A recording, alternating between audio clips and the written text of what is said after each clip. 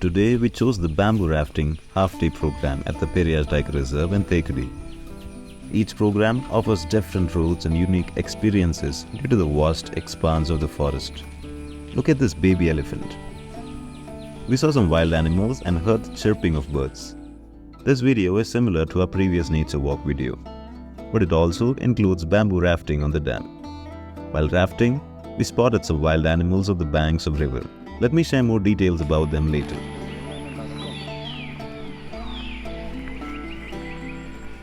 We are starting our forest journey from the tribal office near Thekkady. We showed our online tickets and began our adventure. The ticket fare is 2,200 rupees, which includes lunch, drinking water and some fruits, all packed for us. We entered the forest and walked along the walkway for a while before venturing deeper into the forest.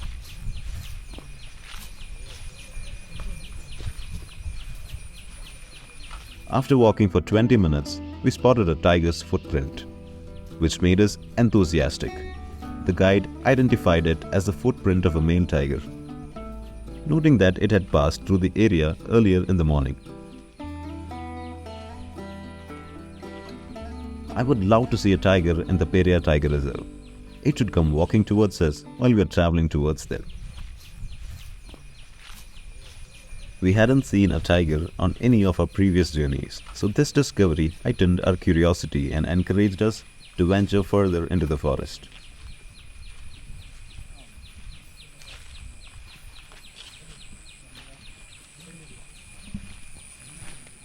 We noticed elephant prints, indicating that nearby elephant family was close. This prompted us to venture deeper into the forest.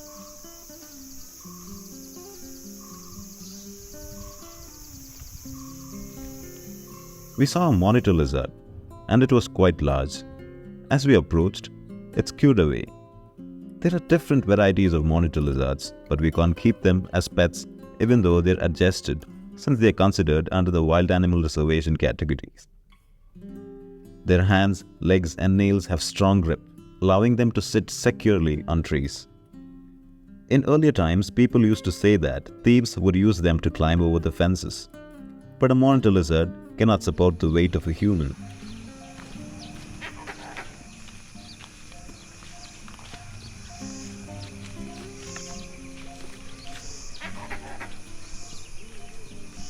After some time, we spotted an owl.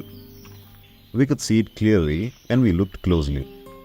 We waited a bit longer and noticed there were actually two owls. They typically nest inside their holes because they hunt at night. Their eyesight is significantly reduced during the morning hours.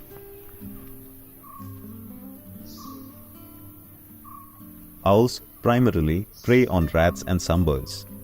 They fly silently, making it easier to catch their prey. They have flexible necks without bones, allowing them to rotate their heads around 270 degrees.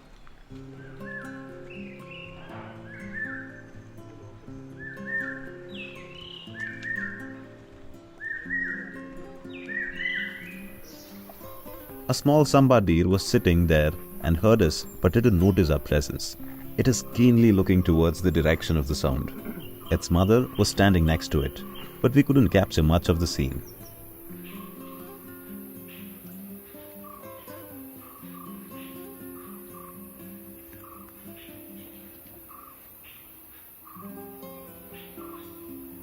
Now we'll walk while enjoying the beautiful sound of the forest, the chirping of birds and the sunlight that enhances its beauty.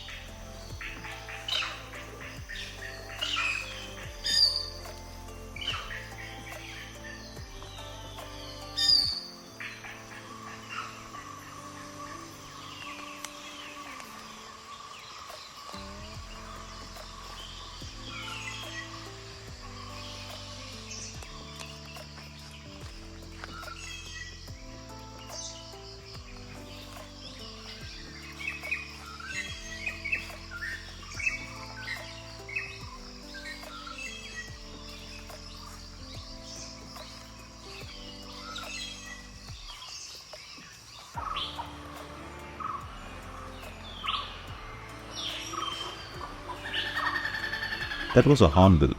We spotted a grey hornbill.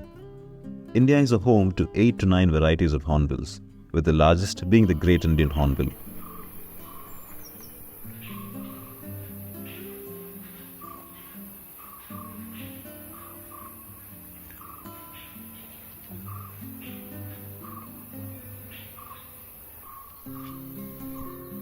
There is a beehive in active use, with an old hive nearby.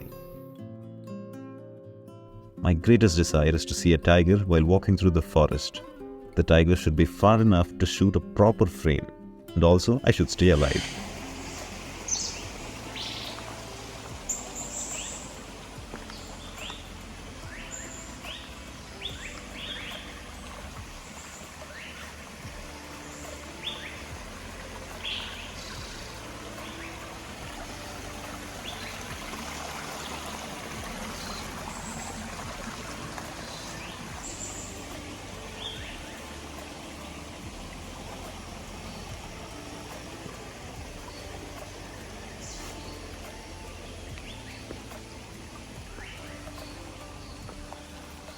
As we approached, we detected the scent of elephants and proceeded cautiously.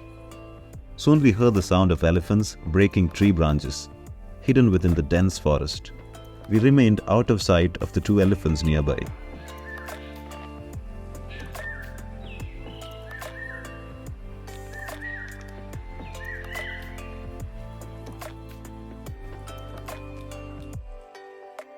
Although one elephant appeared to be looking in our direction, its visibility was limited, and it couldn't spot us easily.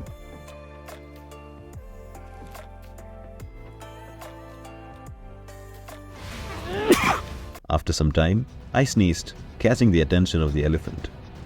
The entire forest fell silent as the elephant tried to locate us. We held our breath and remained seated. The Indian giant squirrel seemed to alert the elephant about our presence.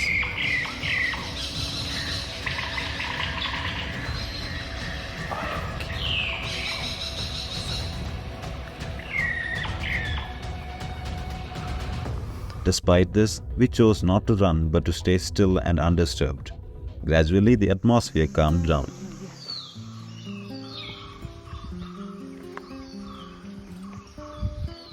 Though the elephant continued to glance towards our direction, attempting to detect our scent. Elephants may become aggressive due to their fear of potential attacks from humans, especially when they have young calves or babies with them.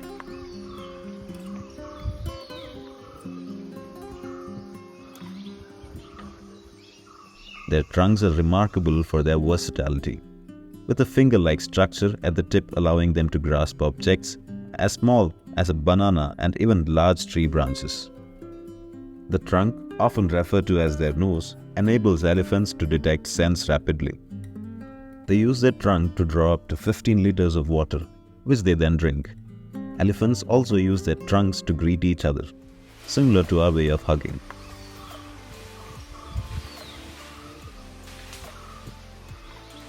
Elephants are fond of eating eta leaves, often found in the areas of forests where these leaves grow.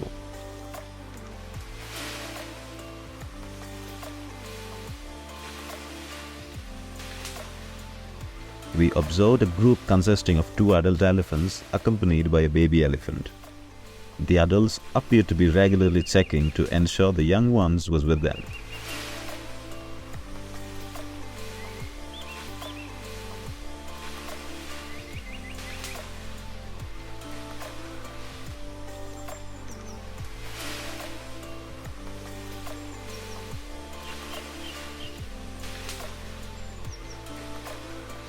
Initially, we thought there were only 3 elephants, but later discovered it was a larger group of 6 to 7 elephants, including 2 young ones and several females. They disappeared into the forest. Nearby, the Indian giant squirrel, who had alerted the elephants about our presence, sat calmly, indicating it had done nothing wrong.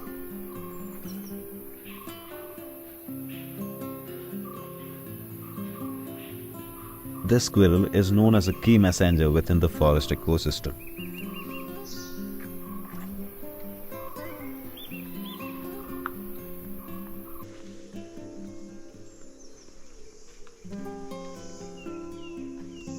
As we continued walking, we spotted monkeys accompanied by the distinctive call of Great Indian Hornbill.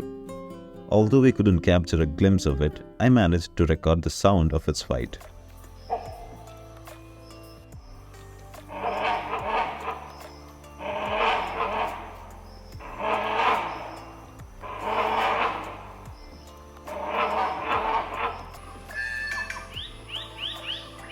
As mentioned earlier, this half-day bamboo rafting program offers a completely different experience from the full-day one we previously enjoyed.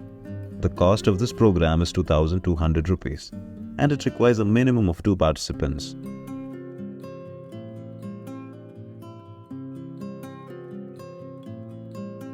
There are 2 time slots available, one from 7:30 am to 1 pm and another from 9:30 am to 3 pm.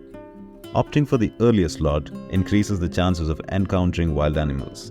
The program includes a 4-hour journey through the forest and 1-hour bamboo rafting experience.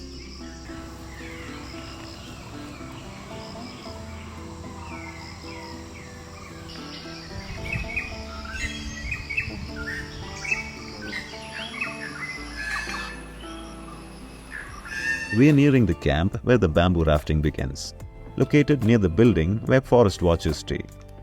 There is a vehicle tour from where we started trekking to reach the camp station.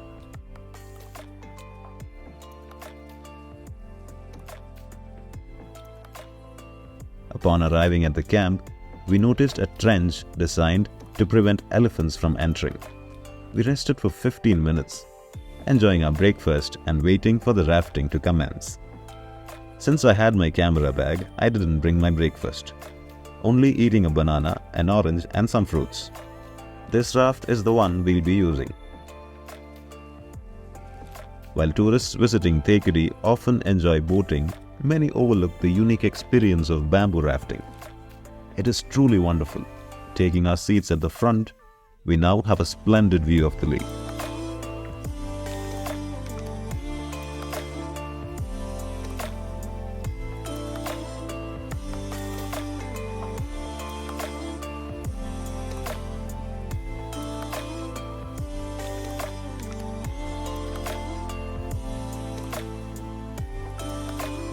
The focal point of rafting is observing the cormorant, a remarkably beautiful creature known for its fishing prowess. Today, I'll provide details of these birds.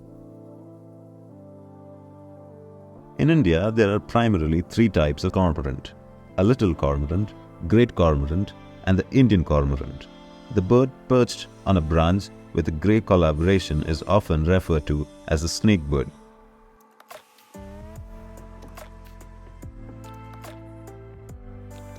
We rarely spot them because they are endangered. They resemble snakes when they lie on water with their bodies submerged. Their feathers lack water resistance, so they perch on the trees to dry them.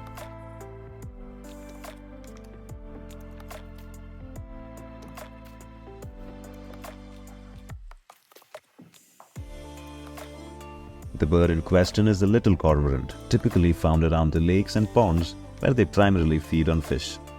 They breed from November to March.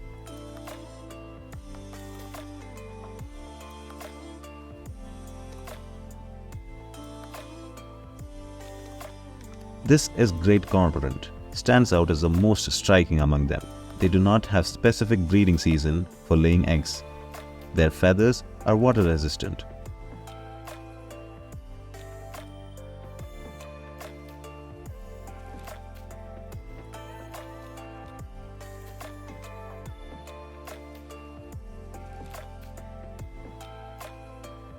This particular species, known as the Indian cormorant, appreciating their beauty requires a closer examination, as distinguishing between male and female is challenging. They are predominantly observed in south of India. They breed from July to February.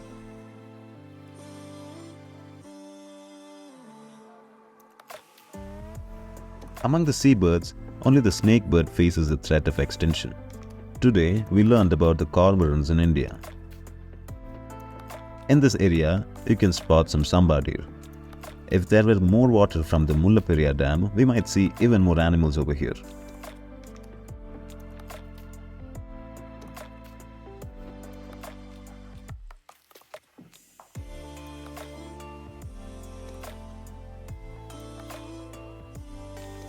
Observe a cormorant fishing in the sea. It catches fish from the water and then swallows them whole. This particular cormorant is a great cormorant. The little cormorant catches fishes from the water and takes them to a branch to eat, while the Indian cormorant catches the fish and tosses them upwards before consuming them.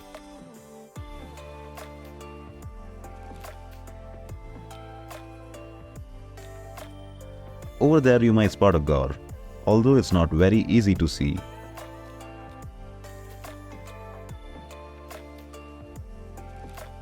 It's advisable to wear full sleeves and bring along a hat, as we'll be out in the sun for an hour at least. Do not forget to apply the sunscreen as well.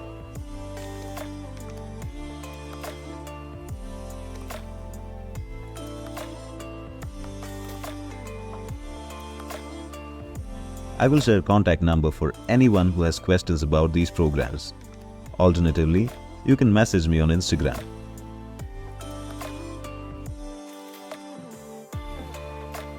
We just finished bamboo rafting.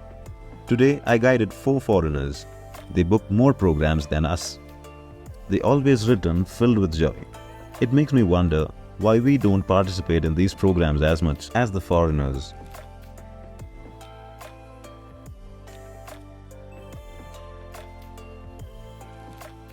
This mountain is where we trekked after staying at the watchtower. If anyone missed watching the watchtower videos, please take a moment to view it. It was a truly marvelous experience.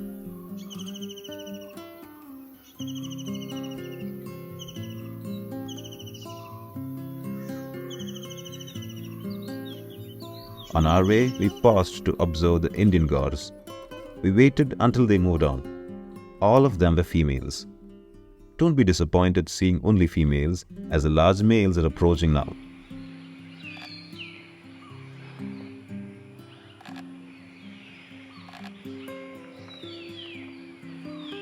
Here he is exuding masculinity. His solitary confirming this is an Indian gaur, not a bison. They frequently exhibit this behavior when bothered by insects.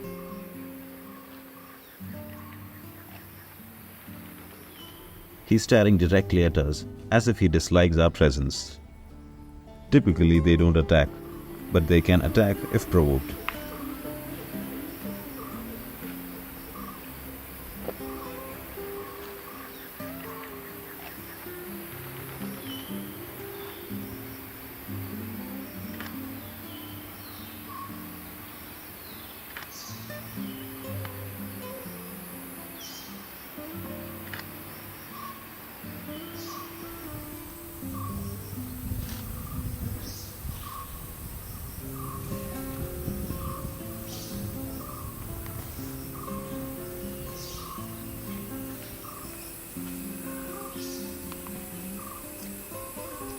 Afterward, we headed back. So see you soon in our next travel tale. Bye bye.